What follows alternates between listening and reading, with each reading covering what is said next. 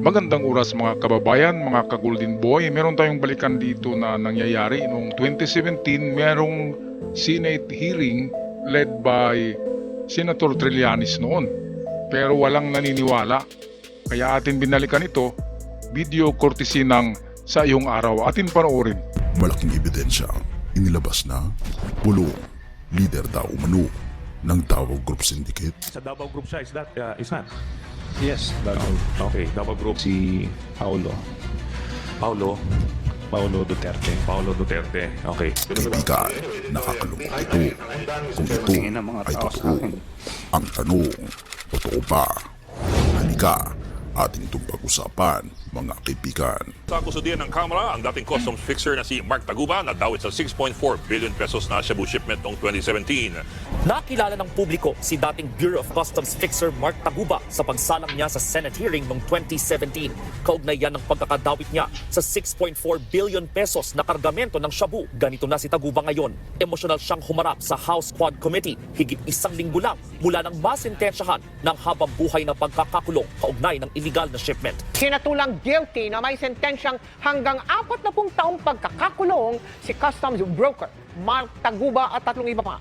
Ito mga kababayan, napaka-unfair na desisyon ito ng korte. Bakit si Taguba lang ang nakulong, di ba? At 40 years na pagkakulong. Ngayon, isang fixer lang yan, hindi yan yung drug lord. Ang tanong, sino ba ang drug lord? Sino bang tumanggap ng droga galing sa China? Na yan yung nasa mga magnetic lifter eh. Kaya ang tanong, sabihin natin, galing yan kina Michael Yang sa China. Sinong tumanggap dito sa Pilipinas? Sinong drug lord sa Pilipinas? Tinatawag na Lord of Drug Lord.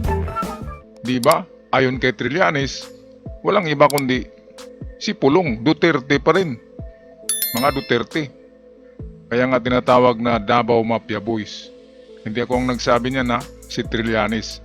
Kaya binalikan natin ang bidyong ito na courtesy ni Sa Iyong Araw para noon kasi hindi tayo naniniwala nito kahit ako Duterte kasi ako noon nung pag-upo ni Digong. Alam niyo naman, di ba, bilib na bilib tayo dahil matapang, iron fist. Yun pala, niluluko lang tayo, di ba? Kaya hindi ako naniniwala noon nito. Pero ngayon, sa pangalawang sulyap, ay malalaman natin na totoo pala ito. Balik tayo sa balita, courtesy ng Sa Iyong Araw. Dahil yan sa pagkakasangkot nila sa nadiskubring bilyong-bilyong pisong halaga ng Shabu na ipinuslit sa bansa mula China noong 2017. Customs fixer Mark Taguba detailed the text messages and calls of alleged collectors per division of the Bureau of Customs. Taguba claimed he withdrawn more than 25 million pesos in cash in just 2 weeks to fund expenses for the release of 207 containers. Taguba named the Tara collectors as Joel Panawin, Certain Jojo, Jake, May, Gemma Castillo, and others. Senator Panfilo Lacson meanwhile presented the questionable customs duties and taxes of shipment. Yung mga nagpasok nito, sigurado sila nalulusot yung kargamento. Pero sino yung nagmamaniobra para matanggal yung alert? So ito na nga, lumabas ito sa report ni Senator Lacson, itong Davao Group. Yes, Davao Group. Okay, Davao Group. So na-mention din ng mga natanong natin from Customs about the Davao Group. So ito na nga yung Davao Group na nag-hover sa customs operations. Ayan, okay. Sino po bang Davao Group dyan? Hindi, yung pinakatatay na nakulong dyan, yun ang pinaka-leader, sino bang nag-control ng Davao, di ba? Kaya ito ay family enterprises eh. Yung si Man Scarpio kanina, pangiti-ngiti lang, di ba? Doon sa introduction. At saka si Pulong, nag-acting na parang hindi sila eh. Yung acting nila ay parang hindi sila guilty, di ba? Napakagaling umarte din. Kahit nga si Lacson nagsabi na sila yung tinuturo, pati si Lacson, di ba? Trillanes lalo na, kaya itong si Trillanes ay kung meron Dragon Slayer, ito ay Duterte Slayer ito, si Trillanes. Alam na alam niya ang mga galaw eh. Pati yung mga anak, grabe. 3 anak, talagang pari-pareho ang kulay. Grabe, at ang nakulong itong si Taguba lang, mayroon pang isa, di ba? Yung mga runner lang ang nakulong eh. Ang mga drug lord, madali lang naman matuntun yan. Sinong tumanggap niyan, di ba? tanungin nyo si Taguba, di ba ituturo si Pulong? Sino ba bang iba? Sino ba bang ibang tao ituturo?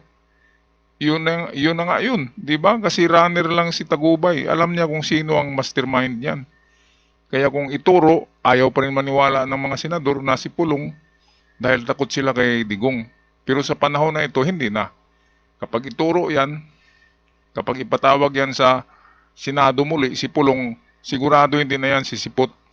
Kasi wala na silang impunity, wala nang proteksyon. Wala na yung kanilang ama. Noon, talagang matatapang sila dahil presidente si Digong, pinoprotektahan sila ng kanilang tatay. Pero ngayon, wala na eh. Kaya siguradong kung ipatawag yan, hindi na sisipot ang mga yan. Okay, balik tayo sa video courtesy ng Sa Iyong Araw. Nahimay mo, Tita Nani, Jack, Small, tapos eventually, Pulong. Okay? Tapos nag-usap kami, sabi niya sa akin, dadagdag na lang daw ako ng uli ng 2M.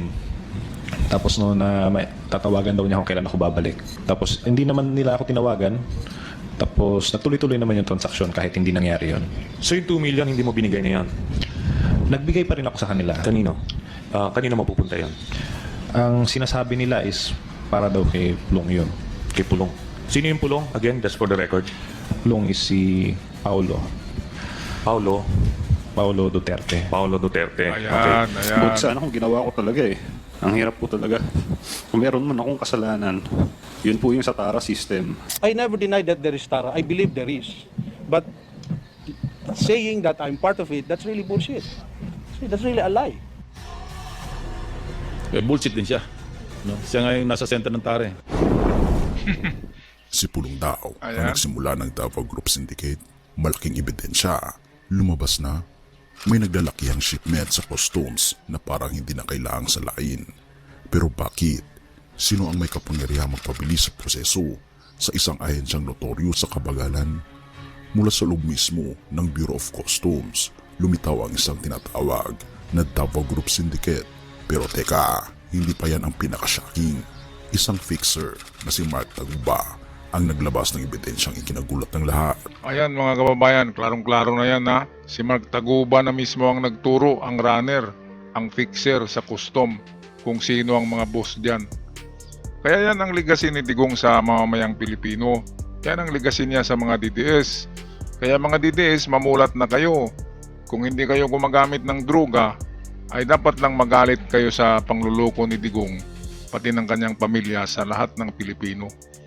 Mantakin nyo ha, tuni-tuniladang shabu, ini-import galing sa China. Grabe, isang container ban, puro shabu. Grabe, nilalagay sa mga forklift lifter, magnetic lifter. Grabe ang dami-dami. Galing China eh. Kasi mura sa China ang paggawaan ng shabu. Dito sa Pilipinas ay matiktikan eh. Kaya yan ang katotohanan mga kababayan. O ayan, ina-expose na ni Trillanes. Noon pa walang maniniwala kasi si Digong ang presidente noon. Kaya matapang talaga to si Trillanes. Grabe ang tapang-tapang nito. Lalo na ngayon ay umiipikto na yung kanyang atake sa mga Duterte. Okay, balik tayo sa video. May text message po ako. Si Taguba isang fixer na sangkot sa kontrobersyal na 6.4 billion shabu shipment ay naglahad sa House Quad Committee at gayon din sa Senate Committee kay Trillanes noon na binayaran niya ng 5 million piso ang Davao Group para lang makapasok sa sistema. Pero hindi ito saping simpleng pay-to-play.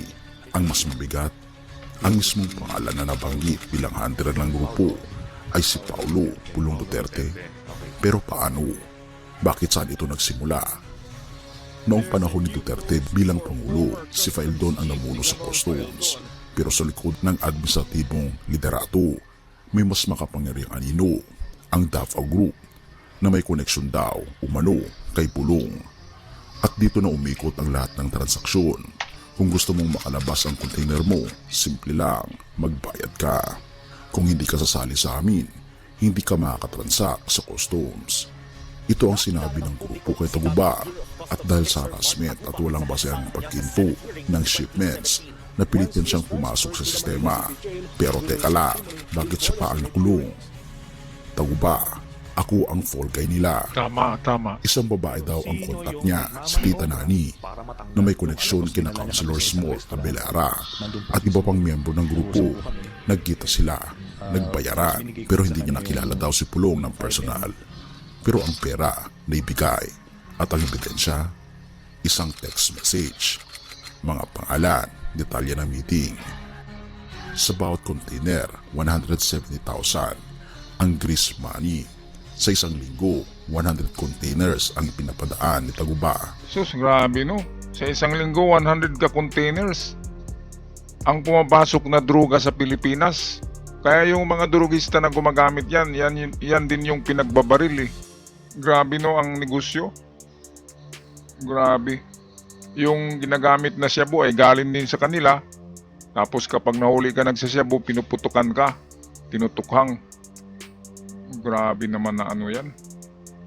Grabe na pagpanluloko sa Pilipinas. Kung sa English pa yan, nire-rape na eh. Nire-rape na nila ang bansang Pilipinas. Grabe. Ay ano? Si Taguba. Sino ang bossing ni Taguba, di ba? Ang kausap niya ay mga babae. Pero alam niya na si Pulong Duterte daw ang nasa likod noon. Hindi lang sila mismo ang nagharap-harapan sa transaksyon. Kaya bakit si Mark Taguba ang makulong?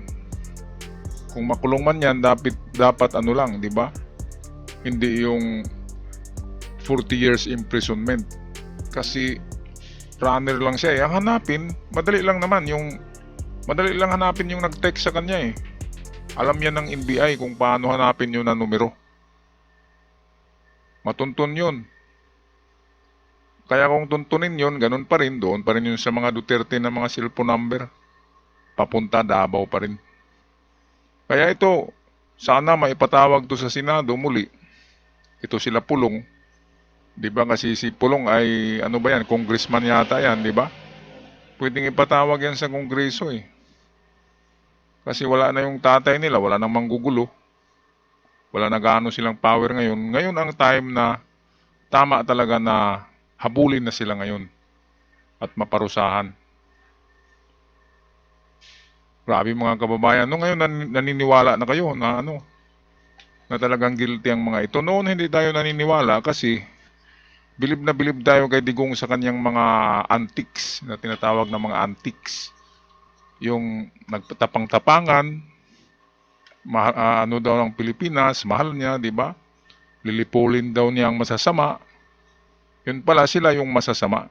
Grabe mga kababayan. Okay, tapusin natin ang video. General merchandise, pero lahat may isang pattern. Lahat express lane, lahat pare-parehas ang tax. May nagsita ba? Wala. Ngunit bakit nga ba wala nakasuhan sa Davao Group? Ito ang tanong ni Taguba. Siya, 2 life sentences, pero sila, malaya. Sabi nga niya, hindi mangyayari ito kung walang basbas mula sa taas.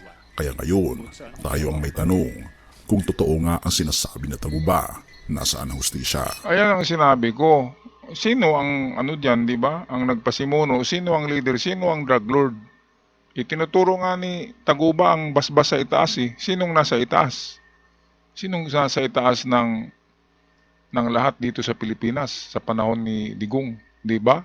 Alam natin kung sino ang presidente, di ba? Kaya yun nga.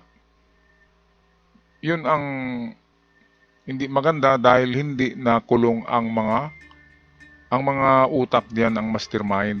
Ang nakulong ay ang runner lang eh. Kasi paano makulong noon nga? Protected sila ni Digong. Si Digong ang presidente. Kay Digong ang Supreme Court. Kaya yung makukulong ay yung mga full guy lang. Yung mga katulad ni Taguba. Mga full guy. Pero yung totoong mga culprit ay hindi makukulong. Merong impunity. Protektado ng pinakamataas na posisyon na tao sa Pilipinas.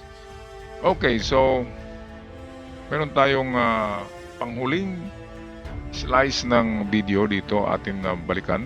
Inilabas ang ebidensya, inilabas ang mga pangalan, may mga testimonya, pero walang accountability. Therefore, hindi ito kwento ng isang fixer lang. Ito ay kwento ng isang sistema ang nilalamon, ang maliliit, at pinapalaya ang may mga koneksyon? Ang huling tanong, sa lahat ng ito, totoo ba talaga ang Davao Group Syndicate? At totoo ba na ang leader ito ay si Pulong Duterte?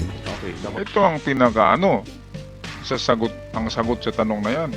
Itong video na ito ang sagot, di ba? Bakit merong mga tuniladang Shabu at bakit nandyan si Taguba? Bakit merong runner?